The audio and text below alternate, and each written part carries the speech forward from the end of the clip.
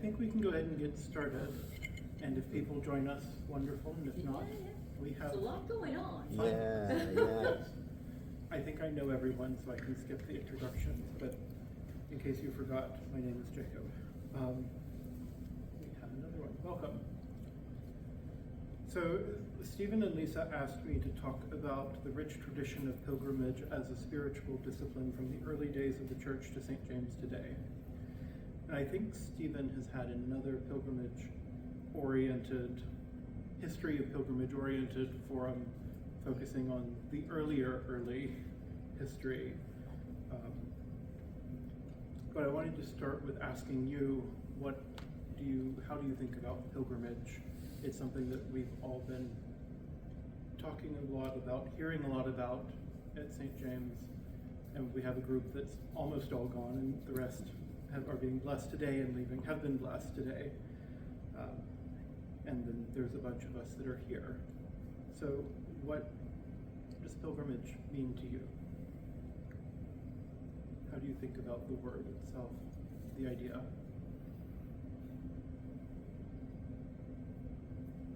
Sure. I think of an intentional journey, not just a trip. Not just a trip, but an intentional journey. For a specific reason or for any? Yeah, you don't even have to leave home to have one, Right. really. Yeah. That's a good thought that we'll be coming back to, definitely. We don't even have to leave home. I just think of as an historical, walk about the journey. Right. I think I saw I'm not sure on what site, but seeing the actual route, Yeah. and having, when I got back from Europe in 1980, having been up along that coast, I was like, ooh, that'd be interesting, again, from historical geographical. Right. So it's the intention behind the journey, it's the journey itself and the historical nature of the route or routes. Anything else? Yeah.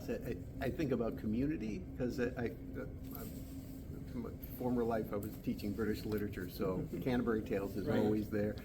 But my Muslim friends going to Mecca, it's about the large groups of people Right. kind of being connected by a common destination. Yeah. I think that's an important piece as well. And another one that we'll come back to, but it's a theme throughout, I think, is the community of people going on the pilgrimage, the communities that spring up around the pilgrimage sites. Like, the reason that Santiago is such a big city is because St. James, the cathedral itself is there. And we have all of these little towns that spring up along the way, kind of like towns along a river that spring up because there's people coming through. And then there's a community that sends the people on pilgrimage, even if we can't all go. Anything else? Why might we go on pilgrimage?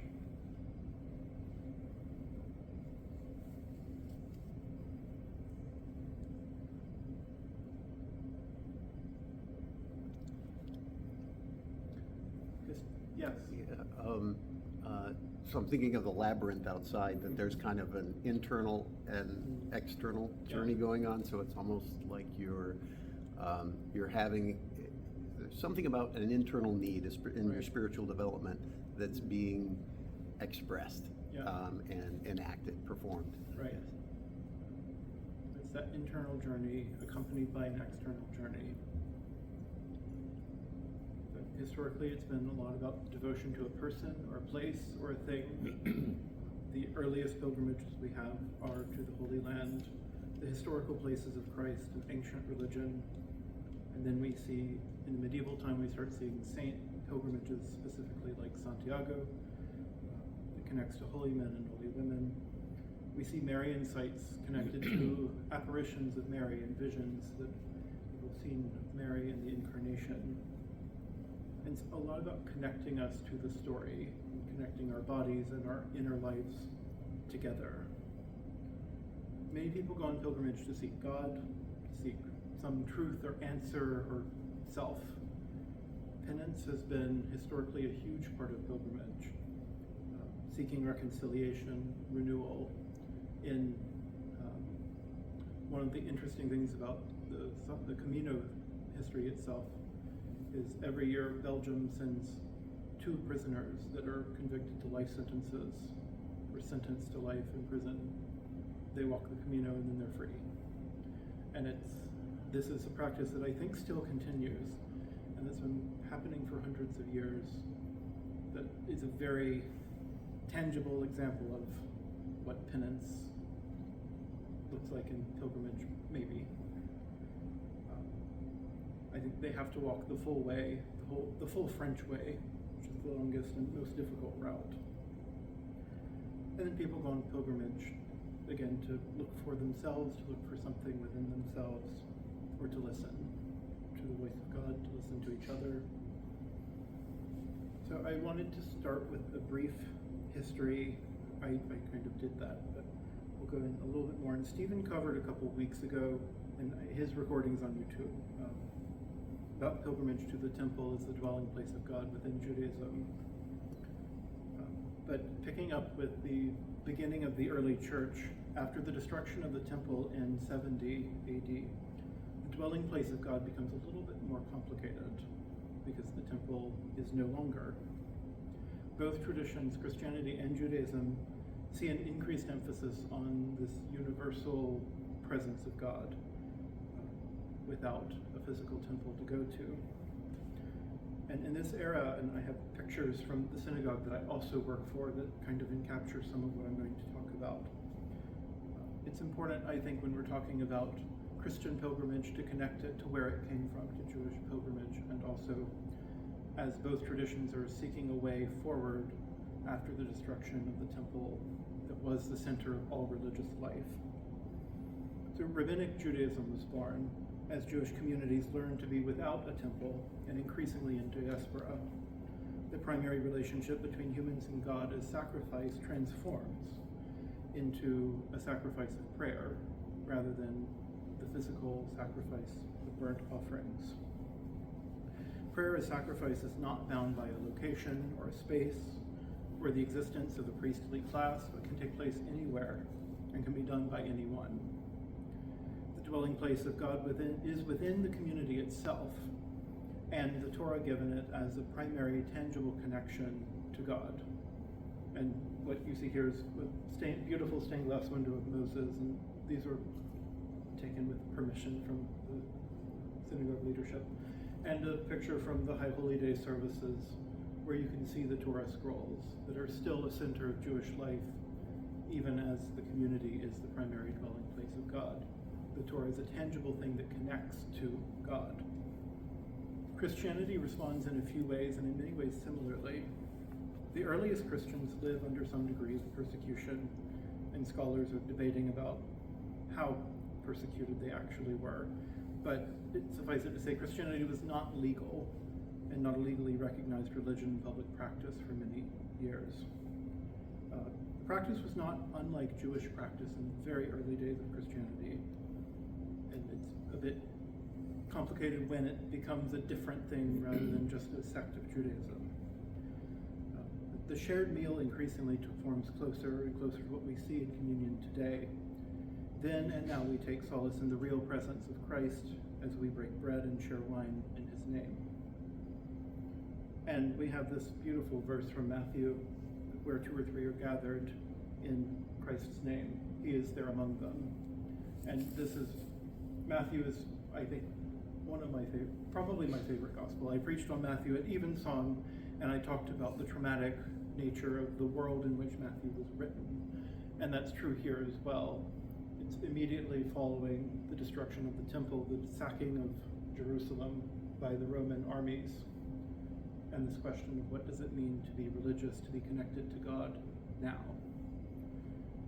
And Jesus tells us when we gather, he's there.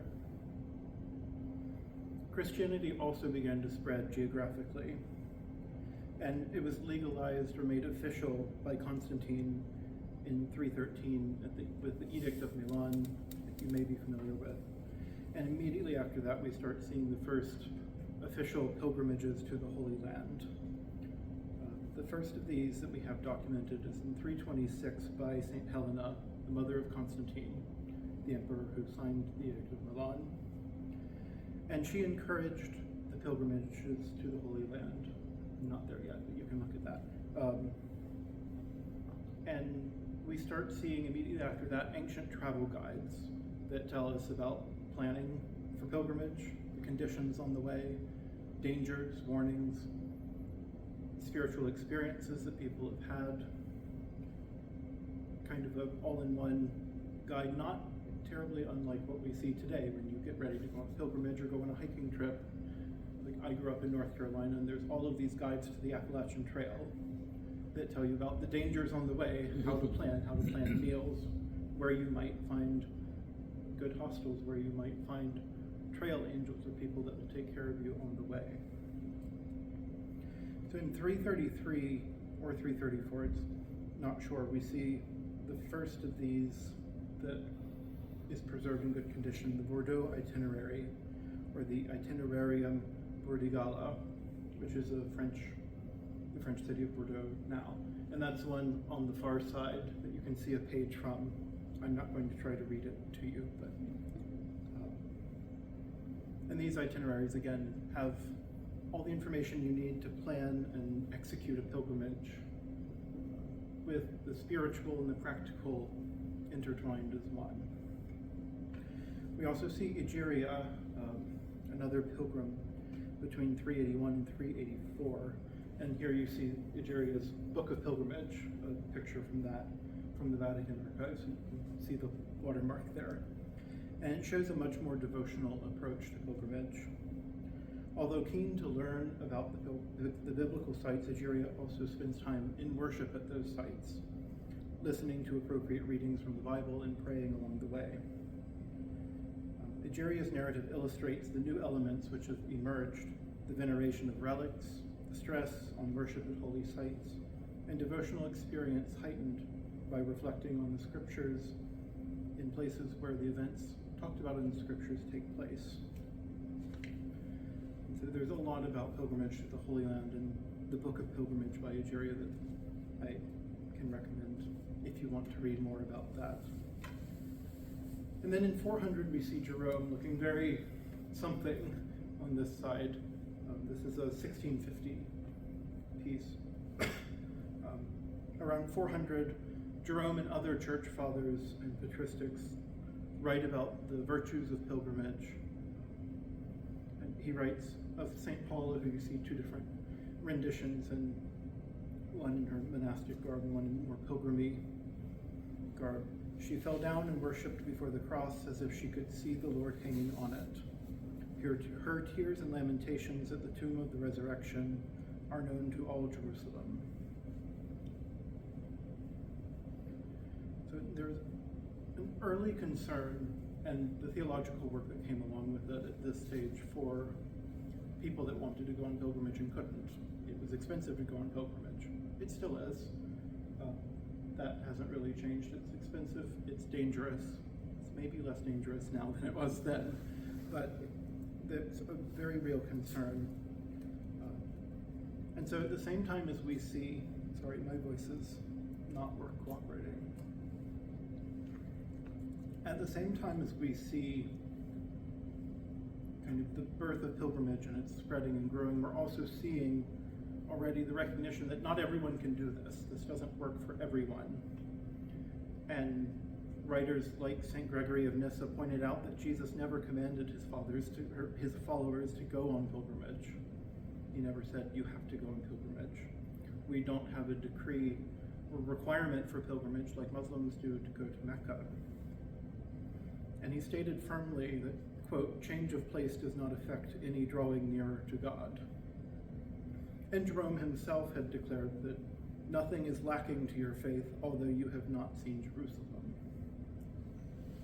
And there were other concerns, both practical and moral. As I said, pilgrimage can be expensive and expose pilgrims to physical and moral dangers. So at the same time as you might be on the road to a holy site, there's also plenty of dangers to the body and soul along the way. So as we get into the medieval period, we see saints' sites of their work, their life, their tombs, and especially those of Mary starting to blossom and grow. We see an increase in these in Western Europe, especially during the Islamic rule of the Holy Land, when access became more and more difficult to get there. We found more places within places that were safe to travel that connected us to the story of Scripture and of people after Scripture living holy lives. So you can see a few of these here. Rome was already, by the 7th century, a popular pilgrim site as the martyrdom place of Peter. Constantine established the Lateran Church in Rome to entomb him. That's the one in the bottom corner there. And also Paul's place in Rome as well. And our own Compostela that we are by being at St. James connected to. I took this picture in 2019 when I was there of St. James Cathedral in Santiago. It starts becoming popular in the 9th century when the legend of St. James's bones in Santiago becomes popularized. And there's a whole story of how they got there on a boat made of stone. I can recommend reading if you want to read the whole story. We don't need to recount it here. And then in the 11th century, Crusades began, sparked when access, again, to the Holy Land is completely cut off. As we know, there are many other reasons, mostly financial, and regarding all of the land between Rome and the Holy Land, that the Crusades happened, but this was one of the sparks for the Crusades. We also start to see Celtic sites like Iona, English site like Canterbury Cathedral. You see Thomas à Becket's tomb in the upper corner there as the site of his martyrdom by Henry II in 1150. And then in the 11th to 15th centuries, we experience what's called the Golden Age of pilgrimage in Western Europe. There's estimates that up to a fifth of the entire population had either gone on a pilgrimage or as part of a community that sent pilgrims on their behalf, or people in towns around the pilgrim sites that provided hospitality. 1/5 of the population involved in pilgrimage is huge. And as we see that, we also see more publications, more writing, more guides, spiritual and practical. And there's another one of these here, which is the Liber Sancti Jacobi, which is one of the main sources of the Codex Calixtinus, which is where this prayer that we said at 11 o'clock last Sunday came from. It's a blessing over pilgrims. It's been used for centuries, and also at 9 o'clock today, if you were there, for a couple of people. And this text, literally the Book of St. James, was a 12th century manual for pilgrims to Santiago that gave route directions, liturgies along the way, and a reminder that pilgrimage was not simply a trip. As we said, it's not just going on vacation, but it's a serious penitential undertaking, was the tone of this text. Clearly, even by then, there were concerns that such a journey was not always undertaken with the right spirit or the right intention. And these are both pages from that I thought were interesting to look at. Again, I will not read or translate them for you. It's not my department. As I was reading, I also came across this around 1400 text, the Book of Marjorie Kemp. She was an English mystic that has a very complicated history, is regarded by many as a heretic or other nasty things, but also wrote extensively about pilgrimage and kind of made that connection to when you're on pilgrimage, it's something that you're doing with your feet and also something you're doing with your heart. And she felt ill many times, and she wrote very explicitly about her illness and how miserable she was. I'll be doing that on Facebook, by the way.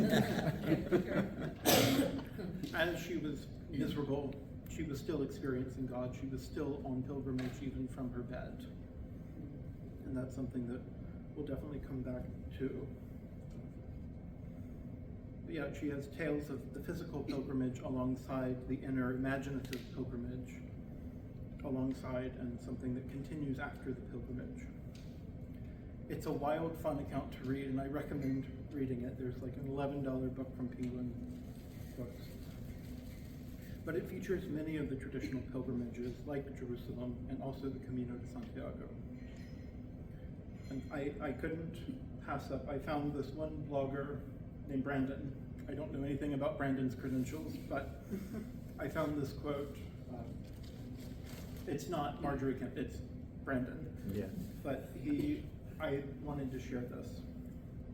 We tend to over-spiritualize these things, confining it to words and depictions in stained glass. We treat religious matters as abstract. Marjorie Kemp is temperamentally incapable of doing so. She doesn't just think about Christ's humanity. She imagines herself as the servant of the Holy Virgin, doing day-to-day chores for her so that the Virgin can look after the Christ child. And she does this over an extended period of time in great detail. She doesn't just talk about the Holy Spirit, she interacts with him in ways that she imagines in the most concrete and realistic ways possible. She doesn't grasp after fine phrases, letting everything glide on purely poetic association of words, the way many false mystics do. She experienced something, and she tells you exactly what it was like, in the same way she tells you exactly what she experienced in being sick or in conversing with an anchorite. She really doesn't hold back in the book. I can't recommend reading it for a fun time. And we'll come back to this in just a moment during a more discussion-oriented part. But I also wanted to continue to catch us up to where we are today.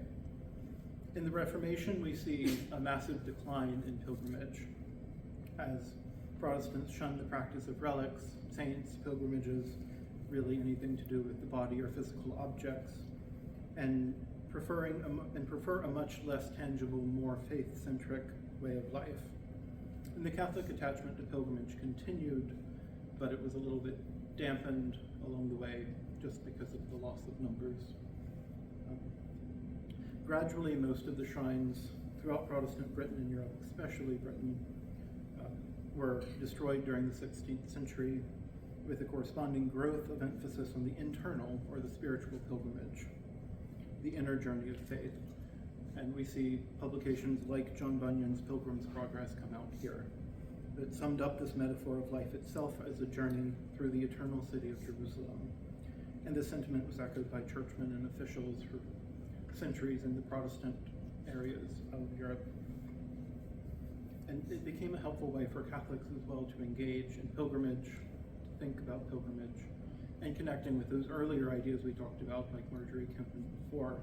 The pilgrimage isn't just something you do with your body, but it's something that happens in the heart, even if it's from your bed. So I do want to go back to Marjorie Kemp here. And I was tempted to share a reading from Pilgrim's Progress, but I decided it might be more interesting for us to come back to Marjorie Kemp, our complicated English mystic / heretic, and explore what it might or could look like for us, we who are sending members of our community on pilgrimage, but not all going in body ourselves, to join them in a pilgrimage of the heart or the imagination. So I invite you to think about practices that we could take up.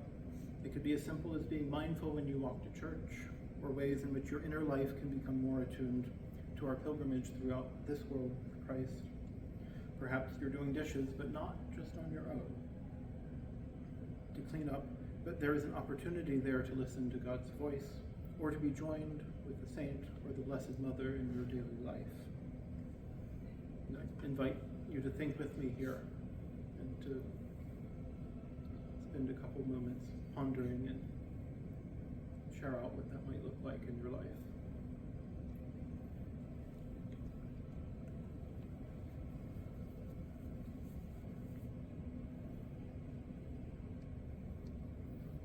So I've got a really superficial example, but it's been in my mind since you were talking. On Facebook, I think because I'm a certain age, I see folks go on pilgrimage that are grounded in their favorite rock bands. Like, so, you know, there's Jim Morrison's grave. There's the alley where the picture was taken on the first album by The Clash. Yeah. There's the Led Zeppelin album cover. And people go to those spots and take pictures, and they're not getting anything from it other than, I think it's like an exercise in devotion. Like, I am going there because as I do it, I'm manifesting the devotion that I feel inside. And I like you're kind of challenging us to think about what ways that we can kind of see our own devotion at work. I also like the pilgrimage idea of something being kind of far off that you're working your way towards. That's the one where individual practices don't seem to be as connected to that, you know, multi-day thing I need to be devoted to. But you can show devotion in those, if you think about it in a certain way, in your daily practices too, if that's a piece of it. Yeah. One of my advisor in undergrad just published a book about teaching Disney as pilgrimage to undergrads, as kind of an American pilgrimage, and I have difficulty with that idea, but I think there's something there that it's not purely a religious kind of need that we have to connect our private experience with something external to us. I'll just say, I winced when you said that, but I also recall that as a parent of 4 children who was not in a position financially to take my children anything like take them on a trip to Disneyland, and I grew up thinking my children were very deprived, and when an opportunity arose, they were old, like embarrassingly old, like they were probably, the youngest one was 10 and the oldest was 20. She did not join us, but I forced these superannuated little children in my mind to go on this, what turned out to be hellscape of a trip. It was, I think Marjorie Kemp and I would be one, because it was the middle of August. I was just dating my husband, Alan, at the time. I said, I am in Disney World. I am with my children. You cannot bring your own water. Every bottle of water costs $10. We're going to die here. And I feel like I am a person who has swum halfway across the ocean, and I don't have enough to get back or to go forward. And it was, but, so there was a lot of the physical hardship. But I will say that I remember, just as you said that, Jacob, I remember the feeling I had, which is, finally I can take my children to Disney World. And it felt like a completion of the cultural experience, and I was not going to be a bad parent for not having provided it, which is really kind of weird to have that just surface from your question. But that sense of, and that's how people more religious than me think about going to the Holy Land or places like that. Like, they'll think, if I die without having done that, I will not have completed my mission on this earth. Right. John? I was just in Rome a few weeks ago, and I had dinner next to a very devout woman from Louisiana, because it's Jubilee year in Rome. Yeah. And she was on her way to the Camino, which apparently she's been on many, many times. And she was talking about her sort of pilgrimage in Rome during the Jubilee. And I said, well, how do you have any devotion? You can barely move. It's so crowded. And she said, well, you just have to, you have to go to Mass at 7 in the morning, and there's no one there, and you plan it out, and you can have a very devotional experience. But if you just follow the crowds everywhere, I mean, it's complete chaos. It takes so much effort to be on that kind of pilgrimage these days. I can imagine that for some people, those quiet moments are when the magic happens, and I imagine for other people, it's in those crowds and seeing the huge flocks of people going to the sites that the magic is happening there too. Well, here we are. We were talking, I live literally at the corner of Grand and Columbus, and the marathon goes, like, it's at mile marker 1. And I stood there and watched, and it's the same thing. You're talking to people who are from out of town. They have nothing to do with the marathon, but they're like, I'm here, I may as well go see it. And then you have people who've come over from all over I was down at Navy Pier yesterday too. There was a 5K. There were a lot of people after the race there and chatting and taking pictures, and it almost seems like the same thing. People are coming from all over, some for the first, I think Charlie, who goes to this church, he was at the meal on Tuesday, he was running it for the first time. Oh, yeah. So in a way, this is like their Yeah. pilgrimage. Some of these people have been training for years, or this is their like 47th, I think Right. there are like 3 men who have run all 47 of these marathons. So, kind of like that, very appropriate weekend Right. where these people have been hyper-focused on this for at least 6 or 7 months in training, some people for a lot longer. Right. It seems like the same type of, they have their family and their friends join them, and then just random people are there yelling, come on, Dave, come on, Bob, Yeah. So what makes the difference between bucket list and pilgrimage? That's an excellent question. What do you Because some of think? these I'm hearing without Facebook, would somebody go to all the Van Morrison alleys and take a picture? Just They were doing it before Yeah, they were. Facebook. okay, Yeah. well, that's good. They go to Graceland. They go to Yeah. Graceland. Yeah. Yeah. There's actually a sign, it used to be when you go into Memphis, it said, "Welcome to Memphis, where we worship the King." And I never knew whether it was Jesus or Elvis.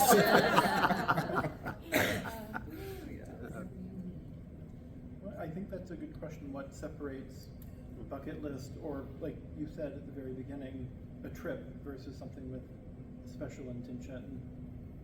How do we think about what differentiates that? Is it always along religious lines? Is going to the Holy Land a pilgrimage and going to Disney a trip?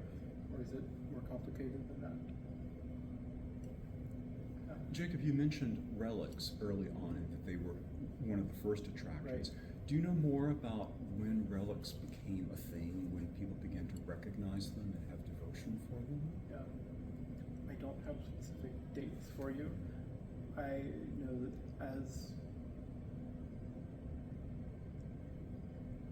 that the easy answer here is as holy people start to die, and the apostles start to die, we see a desire to be connected to them. We talked about the destruction of the temple and this desperate need to be connected to some sort of tangible presence of God, of holy people in this world. So my way of answering without giving you any specifics is as holy people die. Makes Yeah. sense. Or as their lives become discovered even after a while after their death. Like it was several centuries before there was pilgrimage to St. James Cathedral in Santiago before, or after his death. It was several centuries before it became a thing, before his bones were discovered there, and the legend of him traveling there by stone boat happened. Yeah. I just think you said something important just now that I hadn't thought about before, which is the way physically, when you said the destruction of the temple. Yeah. And, Jesus and his body taken away, the temple taken away. And I think about this moment, this kind of post-COVID moment when we, for a while as a society, decided, well, we can do everything we need to on Zoom, and we discovered we can't. John, I remember very clearly, that's when I first met you, was when you started to physically show up in this space, physically. You were one of the early adopters of this. And there was something about the moment of COVID challenging our thoughts about just how far can you divorce faith from embodiment. And I think that's part of why we're in this epic struggle to maintain this building and this space. There are people who in the recent, years challenge have said, well, St. James could be blown up. This will all be in dust 1,000 years from now, so it could just happen sooner. But there's something about, especially in this time of challenge, it's important that this space is here. And so this is helping me as I get ready to head out, and because I don't have fully formed thoughts about pilgrimage.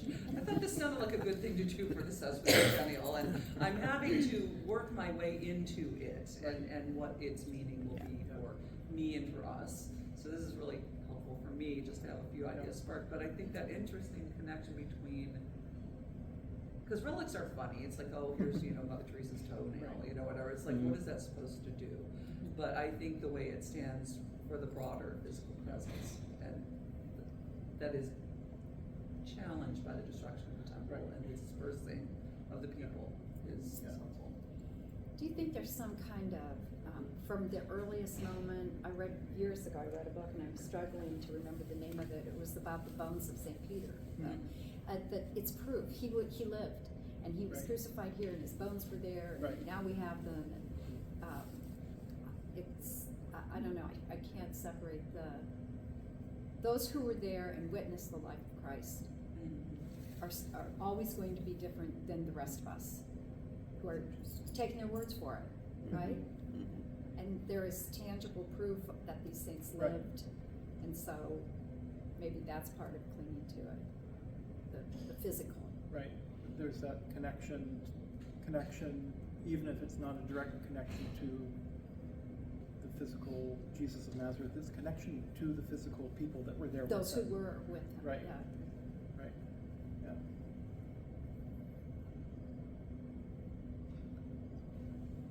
We need to wrap up soon. I also have a small collection of scriptures and poems and things.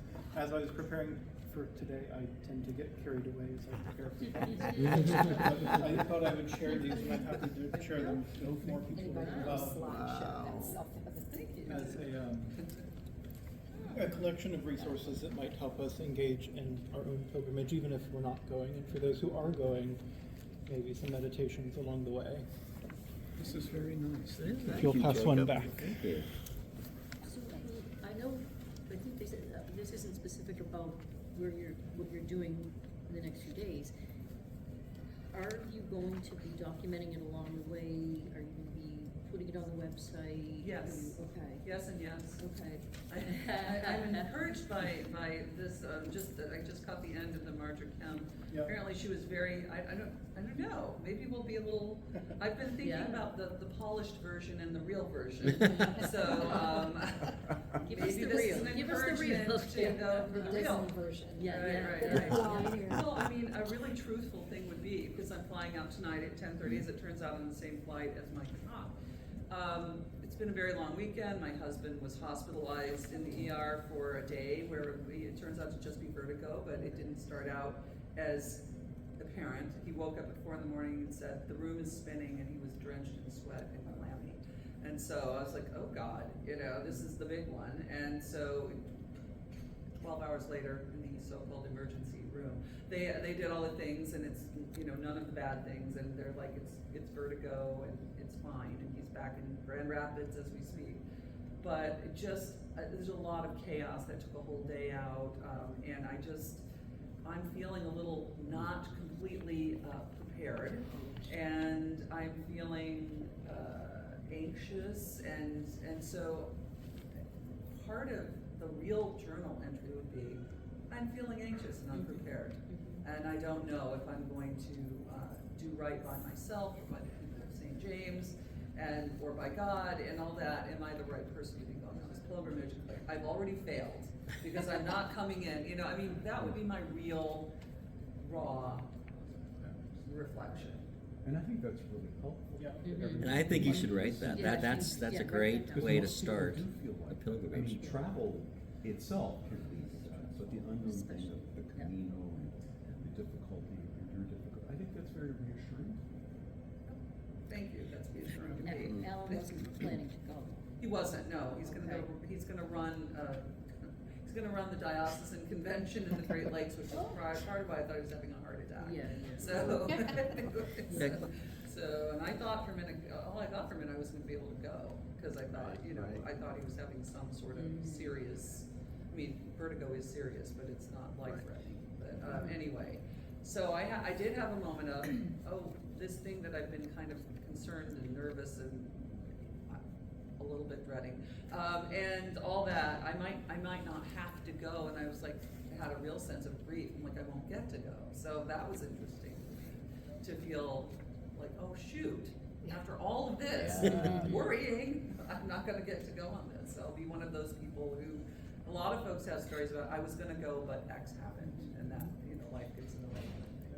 I flew to Italy just having had food poisoning the very morning that we flew. Oh, goodness. God. So, You'll get there. Yeah. Yeah. You'll be fine. Yeah. You get there, if you need a wheelchair, they'll take you. That's right, I'll just, that's right, that's good, and, so, it's good. Well, thank you, this is helpful encouragement for me, so I think I might not give you the completely unvarnished version, but we'll see. A calculated disclosure, as we say. It turned out to be a blessing that you didn't have the time to prepare as you Yeah.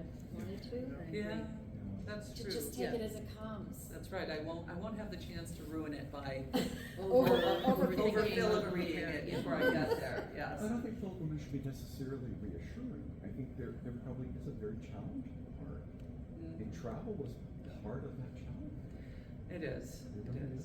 Well, it's like you were saying, Right. it's, you know, your safety, it's expensive, there's turmoil, it's, The precarity Yeah. is part of the journey. exactly, so. I'm just yeah. staring at, all the surfaces of my almost packed bags and wondering which essential, critical item I'm going to leave behind. Yeah, Yes. Yeah, that. All right. Get it there, get it there. That's true. Yeah. As long as you're reading Yes. That's all I've got. I'm happy Thank to you. do Thank you, another Jacob. 3 more minutes if you have questions. So are you going? I am, yes. You are, when Yeah. you leave tonight with? Same flight, same we leave flight? at 10:30. Okay, and you fly into Madrid? Yeah, nonstop to Madrid. How long And is then the flight? what happens? Pardon? How long is the flight? 7.5 hours. Oh, that's not bad. Oh, that's not bad.